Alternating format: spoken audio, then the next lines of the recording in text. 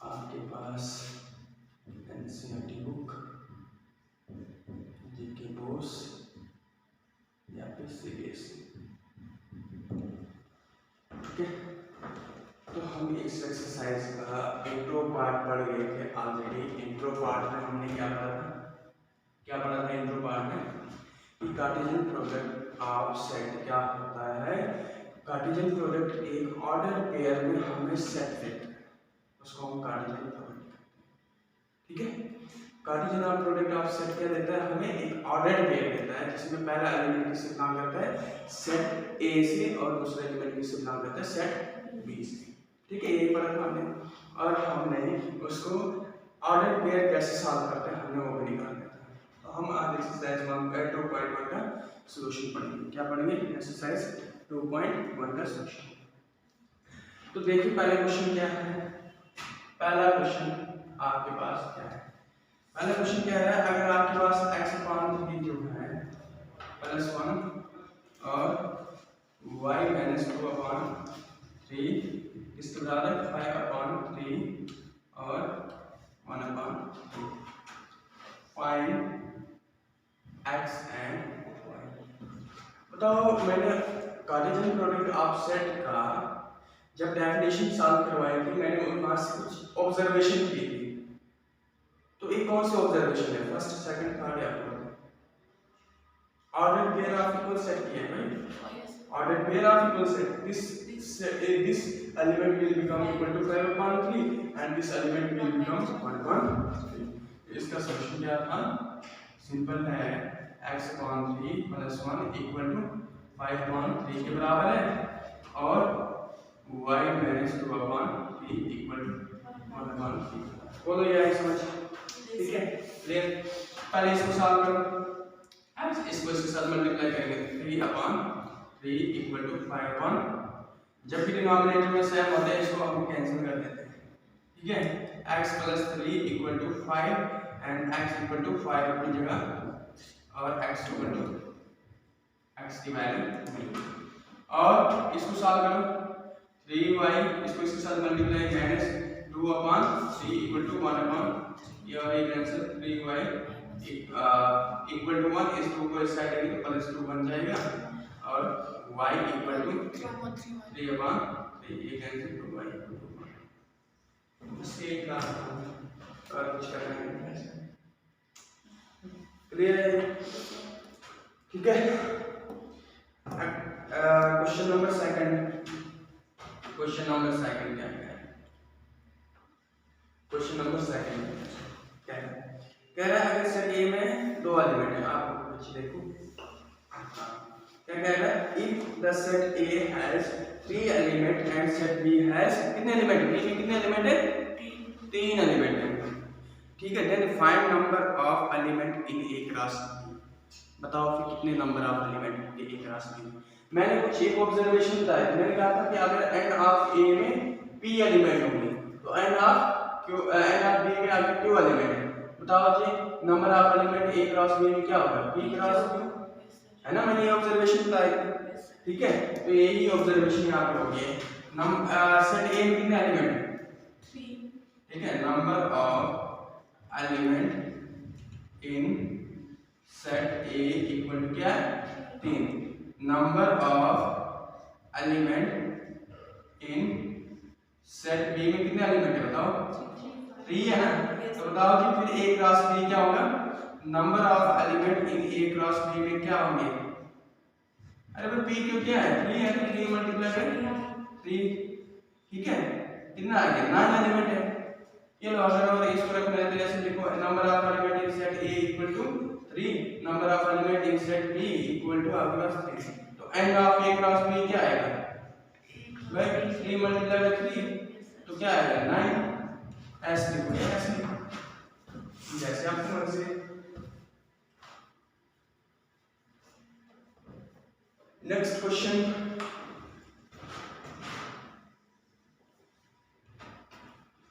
देखो एक बात जो ऑनलाइन पढ़ रहे हैं, जो ऑनलाइन अगर मेरे पास देख रहे हैं तो उनके लिए एक स्पेशल नोट है।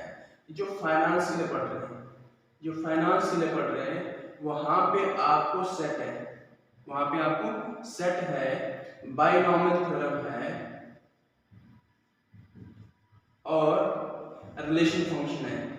जो फाइनेंस के लिए एग्जाम दे रहे हैं 15 में है आई थिंक या फिर जनवरी में, तो जो भी एग्जाम है फाइनेंस का, जिन बच्चों का अगर फाइनेंस का एग्जाम है उस सिलेबस में मैथमेटिक्स पोर्शन से है रिलेशन एंड फंक्शन, तो आप लोग रिलेशन और function, set, binomial theorem basic आप यहीं से पढ़ सकते हो।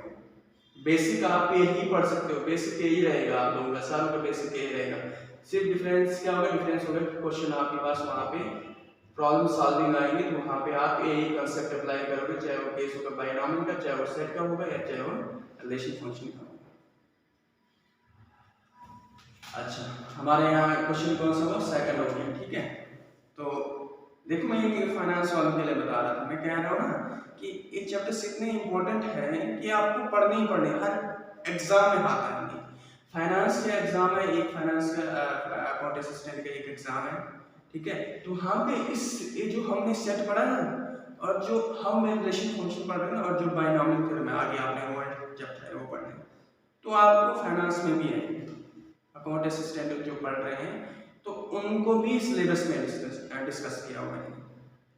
अब आप खुद अंदाजा लगा सकते हो कि 11th का मैथमेटिक्स कितना इम्पोर्टेंट, 11th और 12th का मैथमेटिक्स कितना इम्पोर्टेंट है। दैट मीन्स अगर ये आपको कंसेप्ट आपको यहाँ पे क्लियर होंगे, कल को आप कोई भी एग्जाम दोगे तो आपका मैथमेटिक्स पोर्शन क्लियर होगा, ठीक है। इसलिए ध्यान से समझना, ये कॉन्सेप्ट बहुत इंपॉर्टेंट है।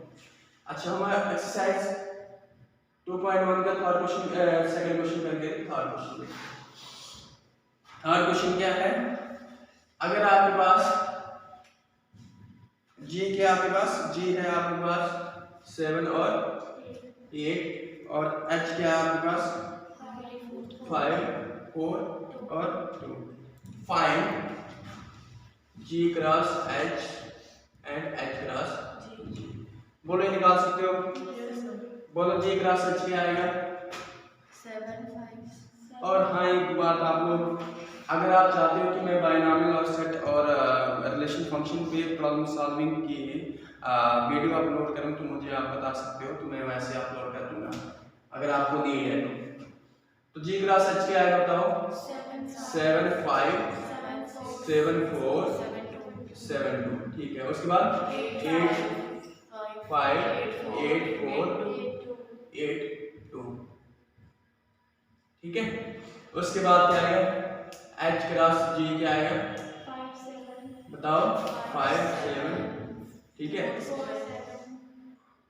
5, 8 h क्रॉस g निकाल देना।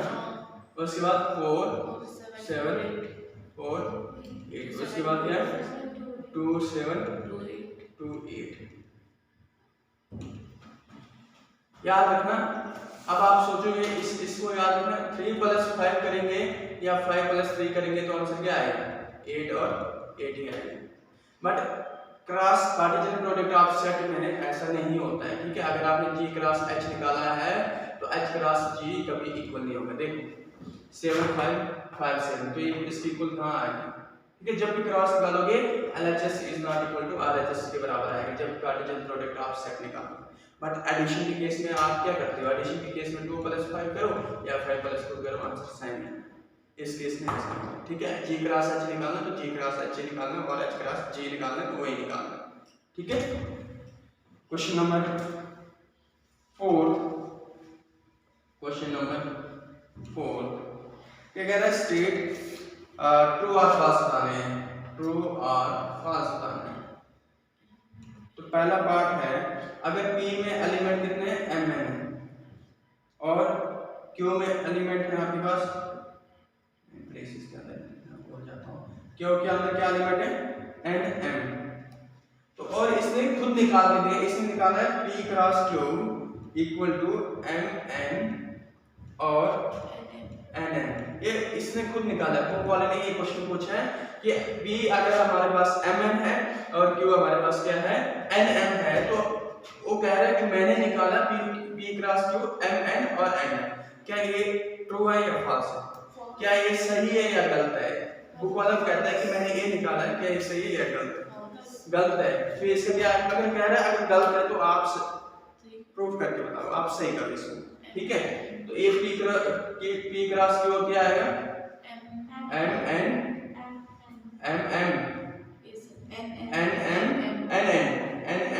और NN। तो ये है भाई, ये फॉल्स है, दिस इज अ ट्रू, ठीक है? इसको ध्यान रखना।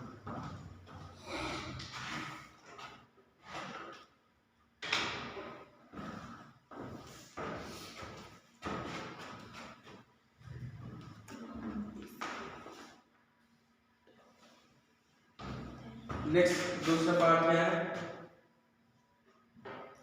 दूसरा पार्ट कह रहा है कि अगर ए और बी नॉन एम्प्टी सेट है, अगर ए और बी में कुछ एलिमेंट है मतलब नॉन एम्प्टी है, ठीक है? नॉन एम्प्टी सेट है, then A cross B is non empty set of ordered pair X Y. क्या कह रहा है? कह रहा है अगर आपके पास A B non empty set है तो ए क्रॉस बी क्या होगा? आपके पास नॉन एम्प्टी ऑर्डर्ड पेयर का सेट होगा। क्या ये सच बात है या नहीं? ये इसने पूछा, किसने पूछा? आपकी बुक ने, बताओ ये ट्रू या फॉल्स है? अगर ए और बी में एलिमेंट्स हैं, मतलब अगर नॉन एम्प्टी सेट हो, नॉन एम्प्टी की मीनिंग समझ रहे हो ना? एम्प्टी खाली और नॉन एम्प्टी मतलब नॉन खाली नहीं। अगर नॉन एम्प्टी सेट का हम कार्टेशियन प्रोडक्ट निकालेंगे तो उसमें हमें ऑर्डर्ड पेयर ऑफ सेट्स मिलेंगे, ऑर्डर्ड पेयर ऑफ एलिमेंट्स मिलेंगे, ऑर्डर्ड पेयर ऑफ एलिमेंट मतलब x और y एलिमेंट मिलेंगे जिसमें x बिलोंग करेगा, एक वाला एलिमेंट बिलोंग करेगा a को और दूसरा एलिमेंट करेगा बिलोंग किसको? b को। तो अब मुझे ये बताओ कि इसमें सच बात हो रही है या झूठ बात हो रही है? क्या ये ट्रू है या फॉल्स? कह रहा है अगर आपके पास सपोज करो ये कह रहा है नॉन एम्प्टी है 1 2, तो b आपके पास है 3 4, तो ऑर्डर्ड पेयर आपके पास कुछ ना कुछ तो मिलेगा भाई। अगर एम्प्टी होगा फिर कहां मिलेगा? बट नॉन एम्प्टी है तो कुछ ना कुछ ऑर्डर्ड पेयर मिलेंगे x और y में। ये ट्रू है। बात है समझ? थर्ड पार्ट में कह रहे हैं, थर्ड पार्ट कह रहे हैं अगर ए और बी में, ए कह रहा है ए में कितने एलिमेंट हैं? 1 और 2, बी में एलिमेंट हैं क्या? 3 4 और 5। A cross B intersection 5 equal to 5। इसको समझे थोड़ा, इसको देखो जरा ध्यान। क्या कह रहे हैं?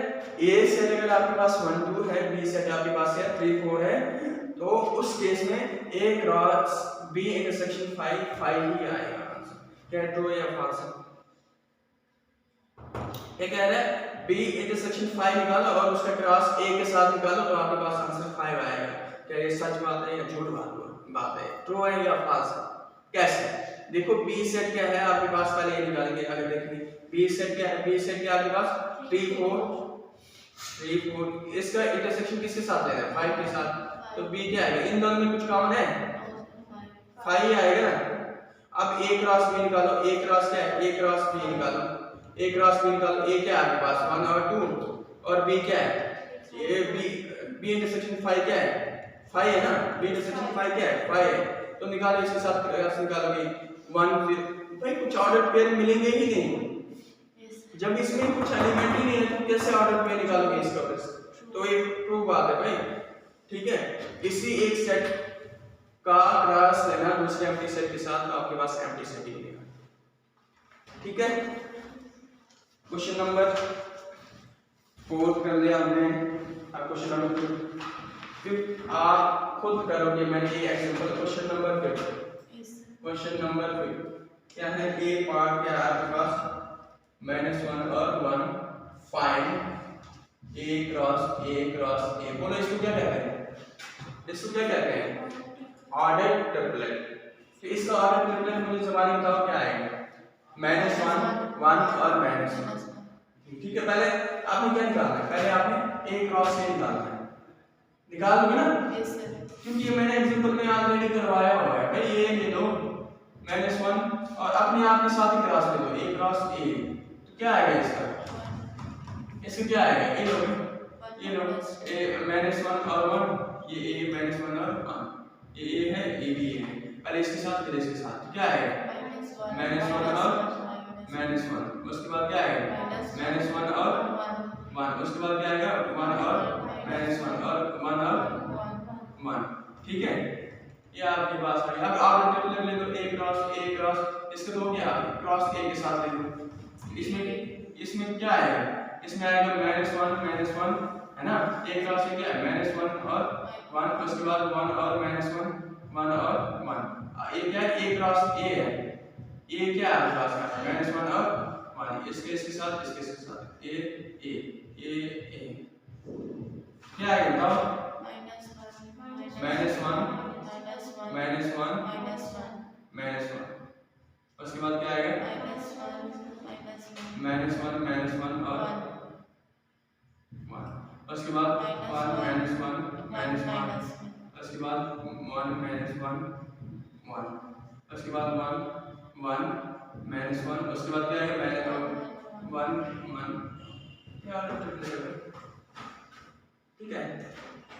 इसमें कोई दिक्कत नहीं आनी चाहिए, मैंने एग्जाम्पल में ऑलरेडी लिखा हुआ है, मैंने ये लिखा दिया है, कोई दिक्कत ही नहीं है। नेक्स्ट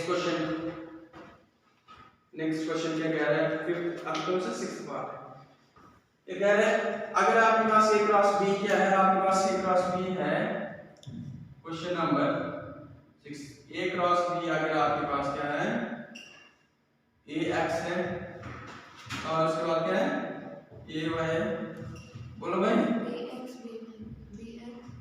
और बी वाई, तो फाइंड क्या करना है, फाइंड ए एंड बी, बताओ ए और बी क्या है, बताओ